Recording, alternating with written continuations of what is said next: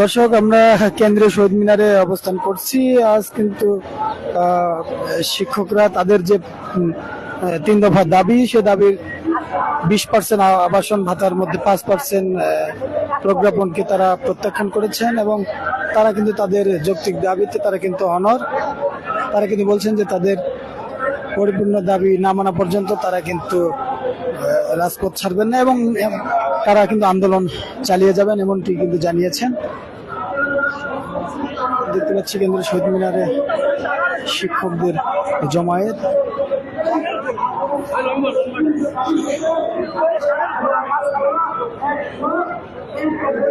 আমরা একজন এমপিভুক্ত শিক্ষকের সাথে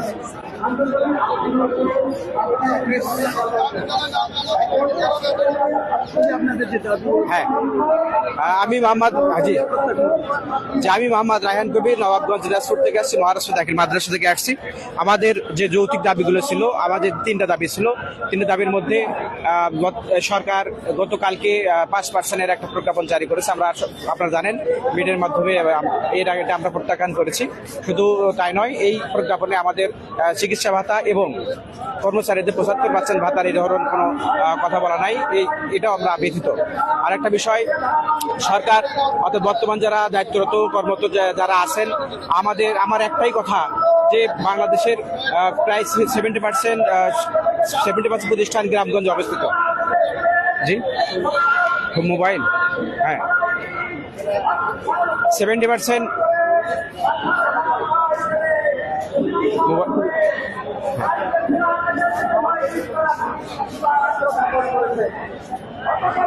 বাংলাদেশের 70% শিক্ষা প্রতিষ্ঠান গ্রামগঞ্জে অবস্থিত। আমি এটাই বলতে চাই যে বাংলাদেশের যে যারা বিভিন্ন শিক্ষা ব্যবস্থা দায়িত্বরত আছে, আমাদের গ্রামগঞ্জের শিক্ষার্থীদেরকে আপনারা চাষা বানাবেন। আমার গ্রামগঞ্জের শিক্ষার্থীদের হচ্ছে না।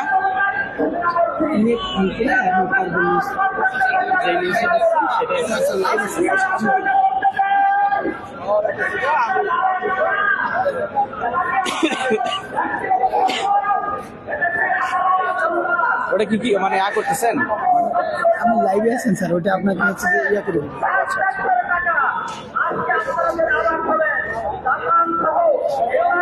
আমি বলবো কি, হ্যাঁ, আমাদের যে যৌক্তিক দাবিগুলো না মানার মূল কারণ হচ্ছে আমাদের তাদের সন্তানরা, তাদের আত্মীয় স্বজন এবং যারা উচ্চ মহলে যারা আছে, তাদের কোনো বাচ্চারা আমাদের বিভক্ত প্রতিষ্ঠানে পড়াশোনা না করার কারণে আমাদের এই যৌক্তিক দাবিগুলো তারা মেনে নিচ্ছে না। শুধু তাই নয়, তাদের সন্তান যদি আমাদের এই প্রতিষ্ঠানগুলো পড়াশোনা করতো, এই প্রতিষ্ঠানে যদি তারা সংশ্লিষ্টভাবে থাকতো, তাহলে আমাদের এই দাবি দেওয়া তারা খুব দ্রুতই মেনে নিত বলে আমি মনে করি। শুধু তাই নয়, শুধু দিনাজপুর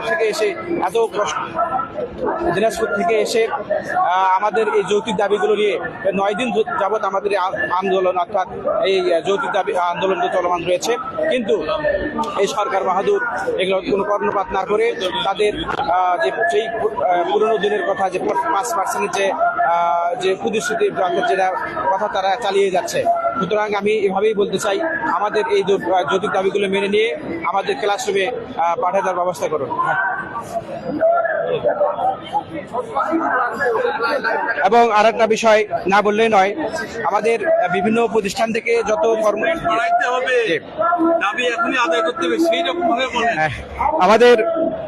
আমাদের যে প্রতিষ্ঠানগুলো যেগুলো আমাদের তালাবদ্ধ রয়েছে, শিক্ষা প্রতিষ্ঠান থেকে আমাদের বিভিন্ন যে আমাদের ছাত্রছাত্রীরা যারা আসতেছে, ক্লাস না হয়ে চলে যাচ্ছে, আমরা আসলে আমাদেরকে এটা কমলমতি বাচ্চাদের জন্য খুব বড় ধরনের একটা ক্ষতি হচ্ছে। সুতরাং আমাদের এই দাবিগুলো, যে যৌক্তিক দাবিগুলো খুব দ্রুত মেনে নিয়ে আমাদেরকে শিক্ষা প্রতিষ্ঠানে খুব দ্রুত পাঠিয়ে দেন। আমরা এখানে এই অবস্থায় আমরা থাকতে চাই না। দ্রুতই শিক্ষা প্রতিষ্ঠানে গিয়ে আমাদের পাঠদান কর্মসূচি অব্যাহত রাখতে চাই। এখানে দেখতে পাচ্ছেন হাজার হাজার হাজার হাজার যে শিক্ষক মণ্ডলীরা এখানে এসে তাদের যে সময়টা দেওয়ার কথা ছিল বাচ্চাদের মাঝে, কিন্তু সে বাচ্চাদের মাঝে সময়টা না দিয়ে তারা এই শহীদ মিনার চত্বরে তাদের সেই বাচ্চাদের মূল্যবান সময়টা নষ্ট করতেছে। সুতরাং যে সময়টা নষ্ট করতেছে, এই সময়ের যে নষ্ট হচ্ছে, এই দায়ভার কিন্তু সরকারকেই নিতে হবে, শিক্ষা প্রতিষ্ঠানকে নিতে হবে। যদি আপনারা আমাদের এই দাবি না মেনে যদি বসে থাকেন সচিবালয়ে, আপনাদের অলস সময় অতিবাহিত করেন, তাহলে সারা বাংলাদেশের যে 6 লক্ষ শিক্ষা প্রতিষ্ঠান আছে, এই শিক্ষা প্রতিষ্ঠান প্রত্যেকটা বাচ্চাই ছেলে মেয়ে কিন্তু ক্ষতিগ্রস্ত হচ্ছে। এই কারণে আমরা আপনাদের মিডিয়ার মাধ্যমে জানাতে চাই, খুব দ্রুত আমাদের দাবিগুলো মেনে নিয়ে আমাদের বিদ্যালয়ে যাওয়ার একটা ব্যবস্থা করে দেন। ধন্যবাদ আপনাদের সকলকে।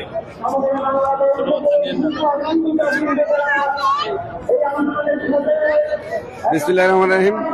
আমি বোয়ালমারী উপজেলা থেকে হরিহরনগর সিনিয়র মাদ্রাসা থেকে বলছিলাম।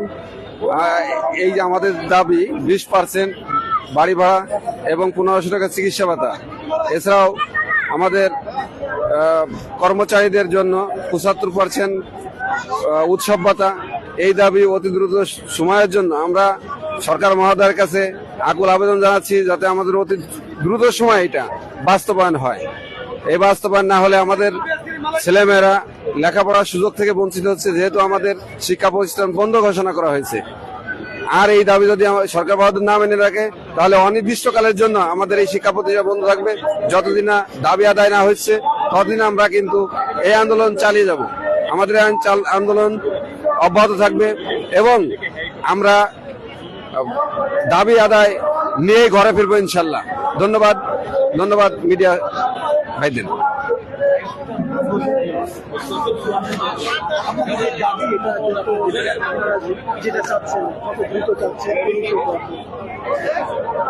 আমি মোহাম্মদ রুবেল ইসলাম, আমার দেশের বাড়ি রাজশাহী, আমি কুষ্টিয়াতে সদরে জব করি।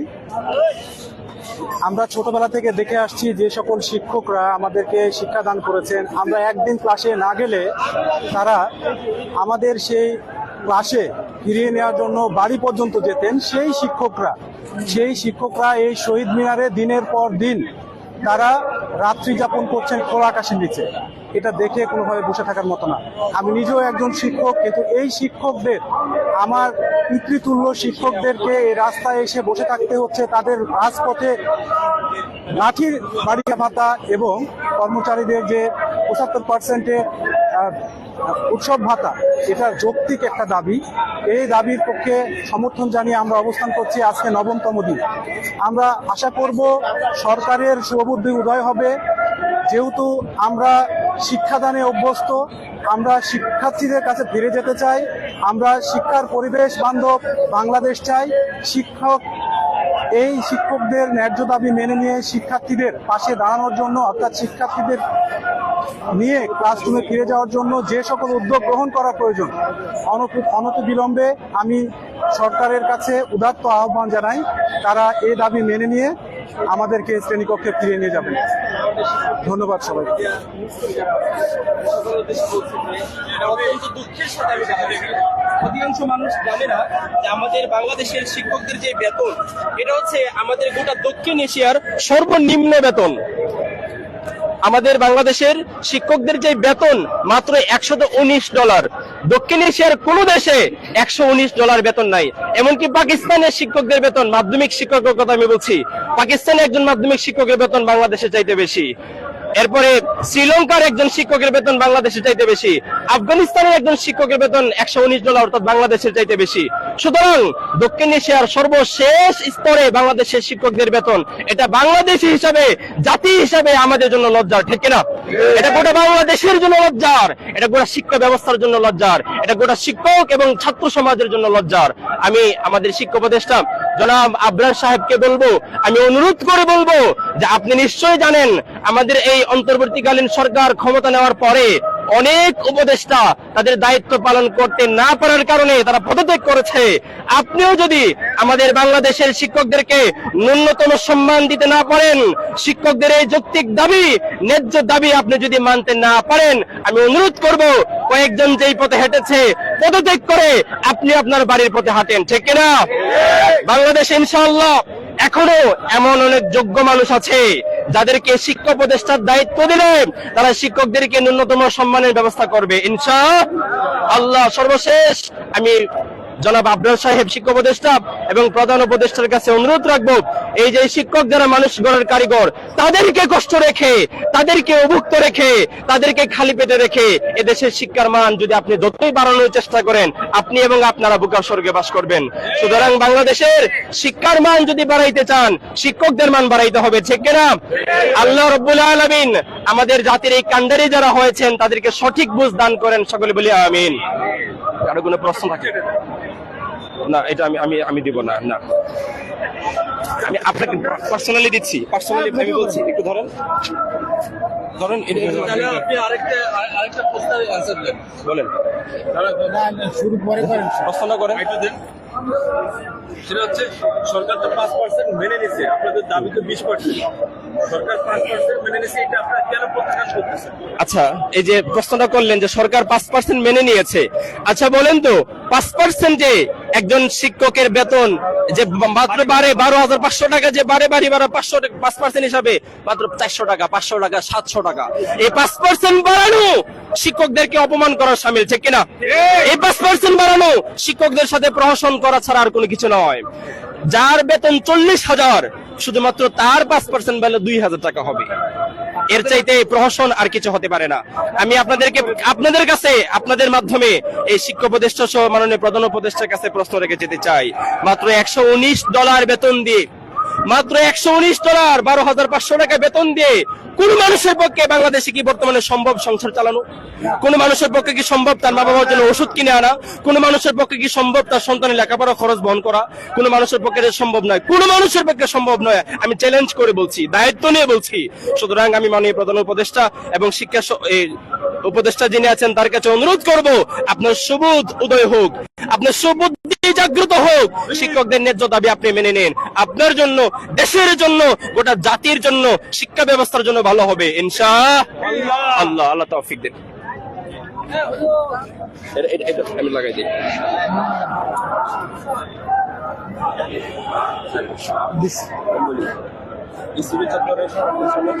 বিসমিল্লাহির রহমানির রহিম। আমি সহকারী অধ্যাপক মীর মোশাররফ হোসেন, চান্দখালী মোশাররফ হোসেন ডিগ্রি কলেজ, বেতাগী, বরগুনা। সুপ্রিয় সাংবাদিক বৃন্দ, সুপ্রিয় উপস্থিতি শিক্ষক বৃন্দ সহ সকল স্তরের জনতা, বিশেষ করে সাংবাদিক বৃন্দ, আপনারা খেয়াল করতেছেন দীর্ঘদিন যাবৎ সেই 12 তারিখ থেকে আমরা একাধারে এই মাঠে ধুলিকণার মধ্যে, বালুর মধ্যে, ইটের সুরকির মধ্যে, কুকুর বিড়ালের মধ্যে রাত্রি যাপন করছি।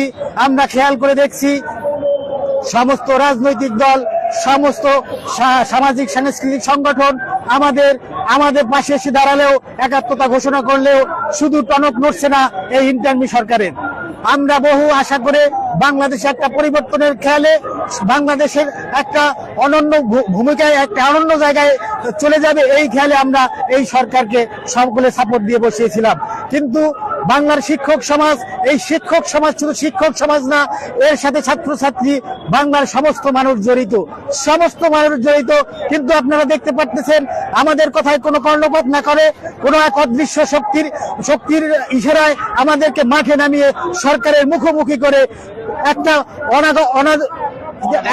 অনাকাঙ্ক্ষিত ঘটনা ঘটিয়ে এই সরকারের মেয়াদকাল দীর্ঘায়িত করার একটা পায়তারা বলে আমাদের বিশ্বাস। সুতরাং আপনারা যে যেখান থেকে পারেন আপনারা এই ষড়যন্ত্রকে মোকাবেলা করার জন্য আমাদেরকে সার্বিক সহযোগিতা করবেন। আজকে আপনারা দেখতে পাচ্ছেন আমাদের প্রত্যেকটা টিচারের চোখ মুখের অবস্থা কি ধরনের অবস্থা, আমরা ছাত্রছাত্রীদের কাছে যাইতে পারতেছি না। আমাদের কি ছাত্রছাত্রীদের জন্য মায়া হয় না? ছাত্রছাত্রীদের জন্য আমরা দীর্ঘদিন পড়াইছি, এখন বয়স হয়ে গেছে, আমাদের কি মায়া হয় না? তো আজকে এই বক্তৃতার মাধ্যমে শহীদ মিনার থেকে আমি ছাত্রছাত্রীদের কাছে এই মিনতি করব, আমরা যদি চাকরিতে ফিরতে নাও পারি, কারণ অনেকেই আমাদের এই বক্তৃতার বিপক্ষে কমেন্ট ছুড়ে দেয়, ওদেরকে বাদ দিয়ে দেন, নতুন দিয়ে দেন। আমরা কথা দিচ্ছি, বিশেষ করে আমি কথা দিচ্ছি, যদি বাদ দেওয়া তো দূরের কথা, একটা শোকজ নোটিশও করা হয়, আমরা কোনোদিন শোকজ নোটিশের জবাবও দেবো না, চাকরিতেও জয়েন করবো না, চাকরি অনেক করেছি, চাকরি স্বাদ মিটেছে, আর করা লাগবে না। যারা এনটিএসসি থেকে নতুন এসেছে তারা অন্য কিছু করে খেতে পারবে, সুতরাং আমাদের ওই ভয় দেখিয়ে লাভ নাই। যারা কমেন্ট করো তোমরা গাঁজা ঘো না হয় হিরোইনছি, পারলে তোমরা একটা প্রতিষ্ঠানে গিয়ে 2 অক্ষর পড়াইয়ে দেখাও। সুতরাং আমাদেরকে এভাবে লাঞ্ছনার কথা বলবে না, তাইলে আমরাও কিন্তু ছাত্রছাত্রী নিয়ে এর দাঁত ভাঙা জবাব দেবো। অনতি বিলম্বে আমি আহ্বান করব, সর্বস্তরের শক্তি আমাদের সাথে একত্রিত হয়েছে। এমন কোন শক্তি নাই, জামাত, বিএনপি, এনসিপি, ডাকসু সব সাপোর্ট দিয়েছে, শুধু সরকার লড়তেছে না। শেষ মুহূর্তে আবেদন করব, এখনো সময় আছে। যদি আজাদি স্যার তিনি ডাক দেন, আপনাদের পরিবার নিয়ে আসুন, ছেলে মেয়ে নিয়ে আসুন। আমরা ডাক দিলে কিন্তু আমাদের পরিবার ছেলে মেয়ে একটাও ঘরে থাকবে না। সুতরাং তখন কিন্তু এই সরকার বলাবার জায়গা পাবেন না। সকলকে ধন্যবাদ জানিয়ে আমার কথা শেষ করছি। ধন্যবাদ সকলকে।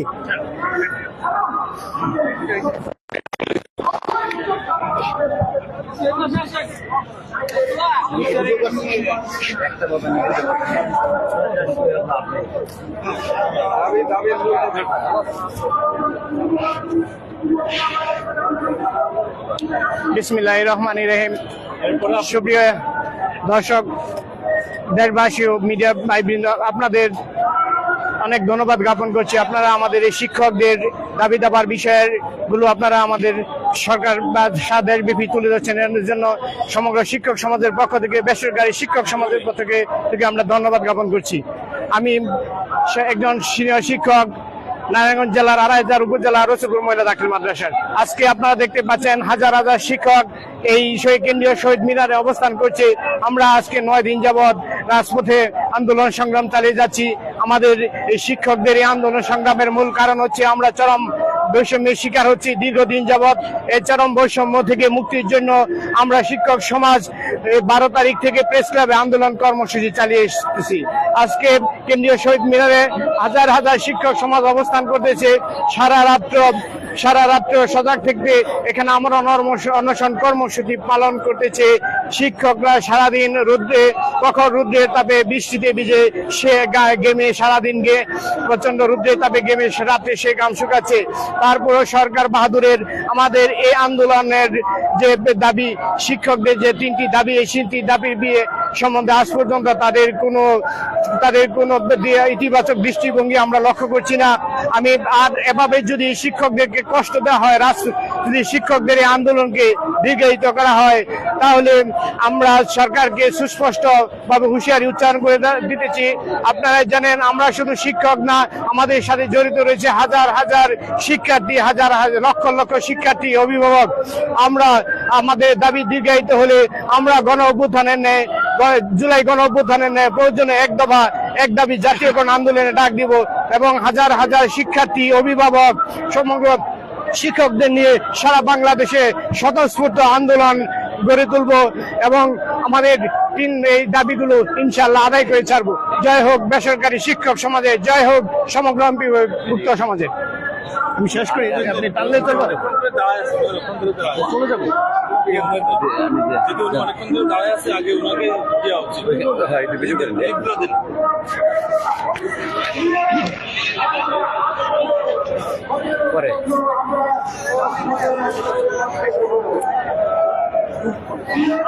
বিসমিল্লাহির রহমানির রহিম। আমি সুনামগঞ্জ জেলার মধ্যনগর উপজেলার মধ্যনগর বিশেষ পাবলিক স্কুল কলেজের সহকারী অধ্যাপক মিস্টার জসিমউদ্দিন সেলিম মোল্লা, মধ্যনগর উপজেলা শিক্ষক সমিতির সাবেক সাধারণ সম্পাদক, বর্তমান ভাইস প্রেসিডেন্ট দায়িত্বে আছি। 12 তারিখ থেকে আজ পর্যন্ত প্রতিটি আন্দোলন সংগ্রামে আমি সম্পৃক্ত ছিলাম আমার প্রতিষ্ঠানের পক্ষ থেকে। আমি শুধু একটু দাবি জানাই যে আমাদের যে নৈতিক দাবি, সেই দাবিটুকু সরকার মেনে নিলে সরকারের লাভবান হবে, দেশে লাভবান হবে, জাতি লাভবান হবে। আমরা শিক্ষা প্রতিষ্ঠানে ফিরে যাব, আমরা শিক্ষাদান করার জন্য আসছি, শিক্ষাদান করবো। কিন্তু আমাদের যে মৌলিক দাবিটুকু, সেই দাবিটুকু মেনে নেওয়ার জন্য সরকারের কাছে আবেদন করছি। আপনারা যে অক্লান্ত পরিশ্রম শ্রম দিয়ে আমাদেরকে যে কথা বলার সুযোগ দেন এবং সামাজিক মাধ্যমে সারা বিশ্বে যে আমার দাবিটুকু তুলে ধরছেন, করেছে আপনাদের, এই জন্য শিক্ষক সমাজের পক্ষ থেকে আপনাদেরকে ধন্যবাদ জানাই। আমরা যতক্ষণ পর্যন্ত আমাদের দাবি মেনে নেওয়া হবে ততক্ষণ পর্যন্ত শহীদ মিনার, প্রেস ক্লাব এবং সচিবালয়, শাহবাগ মোড় এবং যমুনা ছেড়ে যাব ইনশাল্লাহ। আমরা একটা জিনিস বলতে চাই সরকারের কাছে, যে পুলিশ সৃষ্টি করেছে শিক্ষকরা, সচিবালয়ে সচিব থেকে সৃষ্টি করা হয়েছে শিক্ষকরা, হাত ধরে কিন্তু এই পর্যায়ে আসছে। 12 তারিখ পুলিশ যে আমাদের উপর নারকীয় অত্যাচার অবিচার করেছে, সেই জন্য অবশ্যই বিচার করতে হবে, নতুবা দুর্বল আন্দোলন করতে হবে, যাতে করে শিক্ষকদের আন্দোলনের মাধ্যমে আগামীতে সরকার প্রধান আন্দোলন হবে ইনশাল্লাহ। সেই প্রত্যাশা রেখে সকল শিক্ষকের সুস্থতা কামনা করে আমার সংক্ষিপ্ত আলোচনা শেষ করছি। ধন্যবাদ সকলকে।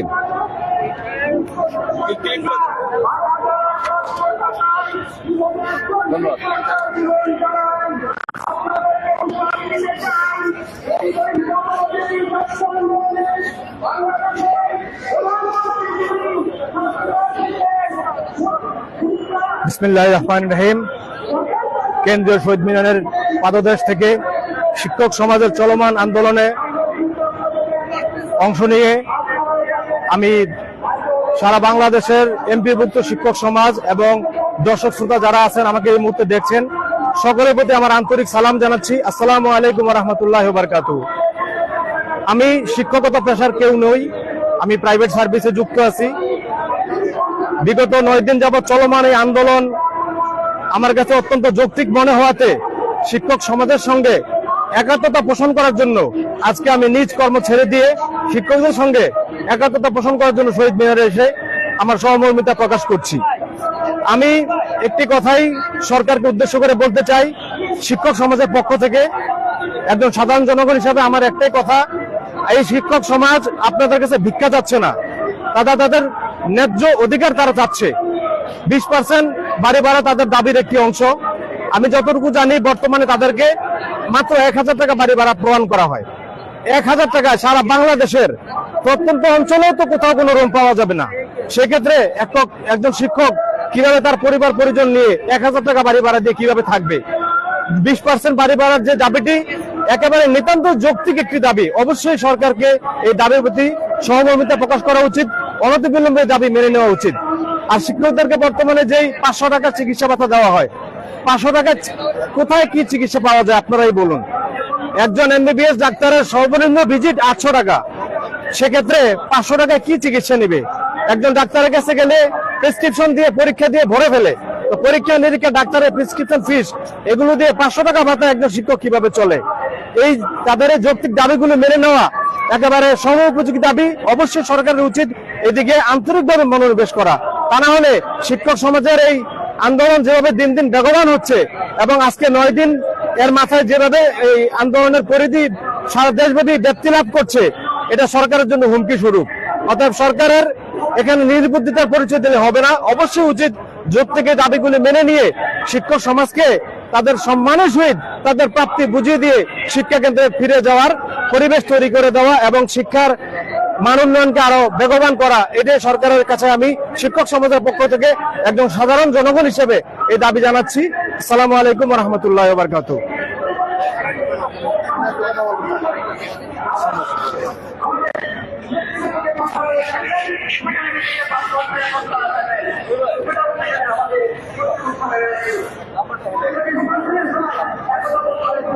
কোথায় গেল নাকি মাত্র নিয়ে গেল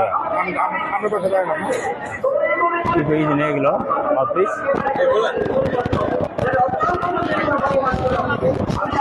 বিসমিল্লাহির রহমানির রহিম। আসসালামু আলাইকুম। আমি মোহাম্মদ বেলায়েত হোসেন, আমার বাড়ি হলো শেরপুর জেলায় শ্রীবৃদ্ধি উপজেলায় মোহাম্মদ দাখিল মাদ্রাসার আমি একজন সহকারী শিক্ষক। আজকের এই কেন্দ্রীয় শহীদ মিনারে আমরা লাগাতার অবস্থান করছি। বাংলাদেশের সমগ্র অঞ্চল থেকে এমপিওভুক্ত সকল শিক্ষা প্রতিষ্ঠানের হাজার হাজার শিক্ষক আজ এই কেন্দ্রীয় শহীদ মিনারে অবস্থান করছেন। আমরা সরকারের কাছে দাবি জানিয়েছি শুধুমাত্র 20% বাসা ভাড়া এবং 1500 টাকা মেডিকেল ভাতা এবং 75% কর্মচারীদের উৎসব ভাতার জন্য। আমরা দাবি করি নেই যে শিক্ষক সমাজ বিলাসিতার জন্য তারা এই সরকারের কাছে দাবি জানাচ্ছে, আন্দোলন করছে, তা না। আপনারা জানেন এই পুরা বাংলাদেশের যে সমস্ত এমপিওভুক্ত শিক্ষক রয়েছেন, আমরা যারা শিক্ষকতা করি আমরা মাত্র 12,500 টাকা বেতন পাই। আমাদের ছেলে মেয়ে এবং স্ত্রীজনকে নিয়ে আমরা সচ্ছলভাবে সংসার চালাতে পারি না। সরকারের কাছে আমাদের আকুল আবেদন, সরকার যেন আমাদের এই 20% বাড়ি ভাড়া, 75% উৎসব ভাতা এবং 1500 টাকা মেডিকেল ভাতা শীঘ্রই প্রজ্ঞাপন জারি করে আমাদেরকে কর্মে ফিরের জন্য ব্যবস্থা করে দেন। আপনি জানেন আজ প্রায় কতদিন থেকে বাংলাদেশের সকল এমপিওভুক্ত প্রতিষ্ঠান কর্মবিরতি চলছে, সেখানে লক্ষ লক্ষ শিক্ষার্থী লেখাপড়া থেকে বঞ্চিত হচ্ছে। আপনারা জানেন যদি এই প্রজন্ম এই দীর্ঘদিন লেখাপড়া থেকে বঞ্চিত থাকে তাহলে বাংলাদেশের শিক্ষা ব্যবস্থা ভবিষ্যতে কি হবে সেটা আপনি জানেন, এবং এই দায়ভার আপনাকে নিতে হবে। আর যদি অনবরত এভাবে চলতে থাকে তাহলে দেখা যাবে লক্ষ লক্ষ শিক্ষার্থী এবং অভিভাবক সহ এবং সমস্ত এমপিওভুক্ত শিক্ষক যখন ঢাকার উদ্দেশ্যে রওনা দেবে তখন কিন্তু দেখবেন সারা বাংলাদেশের সকল শিক্ষার্থী এবং অভিভাবক এবং শিক্ষক সহ যখন এই কেন্দ্রীয় শহীদ মিনারে অবস্থান করবে তখন দেখবেন আপনার কন্ট্রোলে বাইরে চলে গেছে এই ঢাকার রাজধানী। তখন কিন্তু আপনি আর সামাল দিতে পারবেন না। আপনি জানেন আজ এই শিক্ষকরা অনেক অবহেলিত। আজ যদি শিক্ষকরা সেই একটা বাজারে যায়, সেই কোনো একটা উৎসবের জন্য যদি ছেলে মেয়েকে নিয়ে কোনো মার্কেটে যায়, সে শুধু তাকিয়ে থাকে আর ছেলে মেয়েরা বলে বাবা বা মা আমাকে এটা কিনে দাও। যখন একটা পণ্যের দাম হয় 2,000 থেকে 3,000 টাকা তখন তার বাবা এক মুখ দিয়ে ফ্যাকাশ হয়ে তাকিয়ে থাকে এবং মেয়ে এবং ছেলেকে কিছু বলতে পারে না। তখন তার চোখে দিয়ে পানি পড়ে যে মা, এই ছেলে তুমি জানো না আমি কি চাকরি করি, আমি কত টাকা বেতন পাই, আমি কিভাবে তোমাদের এই চাহিদাগুলি পূরণ করব। আমি যখন বাজার করতে যাই, বাজারে গিয়ে দেখি যখন মাছ মাংস বড় বড় মাছ যখন আমাদের চোখের দিকে তাকিয়ে থাকি তখন আমাদের সাথে যে সমস্ত পেশাজীবী সংগঠনের লোকগুলি থাকে তারা শুধু আমাদের দিয়ে তাকিয়ে থাকে যে উনি তো শিক্ষক, উনি মনে হয় এই মাছটা কিনতে পারবে না। আসলে বাস্তবতা হচ্ছে তাই, আমরা শুধু দেখে যাই এবং আফসোস করি হাই আমরা যে বেতনে চাকরি করি অথবা আমাদের ছেলে মেয়ে এই সমস্ত খাদ্য থেকে বঞ্চিত থাকে। শুধু তাই নয়, আমরা মানুষ, আমরা সামাজিক জীব। মানুষ বলতে আমাদের অনেক কিছুই আছে। আমরা অনেক সময় অসুস্থ হয়ে পড়ি, আমাদের ছেলে মেয়ে অসুস্থ হয়ে পড়ে, আমাদের স্ত্রীজন অসুস্থ হয়ে পড়ে। যেখানে দেখা যায় যে যখন হঠাৎ করে কোনো সদস্য আমার অসুস্থ হয়ে পড়ে তখন দেখা যায় আশেপাশের কোনো লোক কাছ থেকে তার কাছে হাত পাততে হয় যে দেখেন আমার ছেলে মেয়ে অসুস্থ, আজ আমি ডাক্তারের কাছে যাব কিন্তু আমার কোনো টাকা পয়সা নাই। তখন দেখা যায় তার কাছ থেকে যে যতটুকু পারে তাকে সাহায্য সহযোগিতা করে তাকে যে হাসপাতালে পাঠানোর ব্যবস্থা করেন। সেই জায়গায় দেখা যায় একটা ডাক্তারের ভিজিট 700 থেকে 1,000 টাকা, তাকে দেখতে যদি 700 থেকে 1,000 টাকা ভিজিট দেওয়া হয় তাহলে সরকার দিচ্ছেন শুধুমাত্র আমাদেরকে 500 টাকা। তাহলে আপনি বিবেচনা করেন তাহলে একজন শিক্ষক কিভাবে তার ছেলে মেয়েদেরকে নিয়ে কি শিক্ষা দিবে? সে তো হচ্ছে মানুষ পরের কারিগর, কিন্তু সে তার ছেলে মেয়েকে এই তাই তুমি এই সিদ্ধান্ত না নিয়ে আমি তোমাকে উপদেশ দিচ্ছি বাবা হিসেবে, একজন শিক্ষক হিসেবে তুমি তোমার ভবিষ্যৎকে তুমি এভাবে বেছে নাও যে তুমি যেন তোমার সেই সর্বস্তরে লেখাপড়া শেষ করে তুমি তোমার স্বপ্নকে বাস্তবায়ন করতে পারো। মেয়েটাকে ঠিক তাই বলছি। তখন মেয়ে আমাকে বলে বাবা আমার তো ইচ্ছা ডাক্তার হওয়ার, কিন্তু দেখেন আমার মেয়ে যদি ডাক্তারের স্বপ্ন দেখে তাহলে আমি তো একটা ভিজিটের জন্য টাকা ম্যানেজ করতে পারি না মাননীয় শিক্ষা উপদেষ্টা। তাহলে আপনি আমাকে বলেন আমি সেই আমার পরিবারকে কিভাবে একটা চিকিৎসা ব্যবস্থা নিব, কিভাবে আমি আমার পরিবারকে সংসার চালাতে পারবো? আপনি ব্যবস্থা করে দেন। আপনি তো পাচ্ছেন সেই 45% বাড়ি ভাড়া, বিশাল ব্যয়বহুল গাড়ি। আমরা শিক্ষক সমাজ কারো বিলাসিতার জন্য আমরা এগুলো চাই নাই। আমরা শুধু আমাদের জীবিকা নির্বাহের জন্য আপনার কাছে দাবি জানাচ্ছি এবং আমরা আগে বাজেটের আগে আমরা ঘোষণা দিয়েছিলাম যে আপনি আমাদেরকে বাড়ি ভাড়ার ব্যবস্থা করবেন, ভাতার ব্যবস্থা করবেন, ভালো ইনক্রিমেন্টের ব্যবস্থা করবেন। আপনি কি ব্যবস্থা করেছেন? আপনি এমনই শিক্ষা প্রতিষ্ঠানে কি গবেষণা করেছেন যে গবেষণার মধ্যে দিয়ে আপনার ফলাফল বাইর হয়েছে অনলি 5% আপনার বাড়ি ভাড়া, 5% বাড়ি ভাড়া। What it is, which is country যে 5% বাড়ি ভাড়া বাংলাদেশে বা বিশ্বের অন্য কোথাও আছে আমি জানি না। 5% বাড়ি ভাড়া দিয়ে আপনি দেখেন কোথায় প্রত্যন্ত অঞ্চলে কোনো ঘর, কোনো একটা বাড়ি আপনি এই 5% বাড়ি দিয়ে 5% দিয়ে আপনি বাসা পাবেন কিনা আমার মনে হয় না এই বাংলার বাড়িতে কোনো জায়গায় পাওয়া যাবে। আমি গিয়েছিলাম একটা জায়গায়, ইসলামপুর একটা জায়গায় গিয়েছিলাম, এখানে আমাদের এক রিলেটিভ চাকরি হয়েছে, সেই মেয়েটা বললো যে এখানে দেখেন একটা রুম মাত্র ভাড়া যাচ্ছে আমার কাছে 2500 টাকা, সরকার দিচ্ছে আমাকে মাত্র 5%। তাহলে আমি 1000 টাকা করে কেমনে এই বাসা ভাড়াটা দিয়ে আমি আমার ছেলে মেয়েকে এখানে আমি শিক্ষকতা করতে পারবো? শুধু তাই নয়, তিনি এই নতুন পেশায় আসেন এবং শত শত কিলোমিটার দূরত্বে তার চাকরি নিতে হয়েছে। তার মাননীয় শিক্ষা উপদেষ্টা, আপনি কি কখনো ভাবছেন যে রিক্রুটমেন্ট গুলা কত দূরে চাকরি করছে, তাদের কি জন্য তারা এই শত শত কিলোমিটার মাইল অবস্থান করে বাড়ি থেকে, স্বামী থেকে, স্ত্রী পুত্র থেকে তারা যে দূরে অবস্থান করছে, আপনার এই মাত্র 12,500 টাকার বেতনে এই 5% বাসা ভাড়া দিয়ে কিভাবে একটা শিক্ষক তার ফ্যামিলিকে সুস্থভাবে মেনটেন করতে পারে জানি না। আপনি এর সমাধান আমাদেরকে দিয়ে যাবেন। যতক্ষণ পর্যন্ত আপনি আমাদের এই সমাধান দিতে না পারবেন যে 12,500 টাকার ভিতরে একটা ফ্যামিলি সচ্ছলভাবে চলতে পারে, ততক্ষণ পর্যন্ত আমরা এই সমাধান না নিয়ে এই কেন্দ্রীয় শহীদ মিনার অবস্থান কখনো ত্যাগ করবো না। আমরা চাচ্ছি আপনার কাছ থেকে 20% আমাদেরকে বাড়ি ভাড়া দিতে হবে, আমাদেরকে মেডিকেল ভাতা দিতে হবে 1500 টাকা, এবং আমাদের কর্মচারীকে 75% আপনাকে উৎসব ভাতা দিতে হবে। যদি এর কম ব্যবসা করেন আপনি, তাহলে দেখবেন এই দিনের পর দিন, ডে বাই ডে এই কেন্দ্রীয় শহীদ মিনারে লক্ষ লক্ষ শিক্ষার্থী, লক্ষ লক্ষ মানুষ এবং লক্ষ লক্ষ শিক্ষক যখন এই ঢাকার অবস্থান করবে, তখন দেখবেন যে এই এখানে একটা বিরাট অরাজকতা পরিস্থিতি সৃষ্টি হয়ে গেছে। তখন এই ব্যয়ভার আপনাকেই দিতে হবে। তখন আর শিক্ষক সমাজকে দাবিয়ে রাখতে পারবে না। সারা বাংলাদেশের সমস্ত এমপিওভুক্ত শিক্ষা প্রতিষ্ঠান কর্মবিরতি চলছে, এক পর্যায়ে দেখা যাবে যে তালা বদ্ধ করে সমস্ত শিক্ষা প্রতিষ্ঠান বন্ধ করে দেওয়া হয়েছে। কাজে আমি আমার বক্তব্য দীর্ঘায়িত করব না, আপনারা আমাকে সবাই ক্ষমাশীল সুন্দর দৃষ্টি দেখবেন। সবাইকে ধন্যবাদ।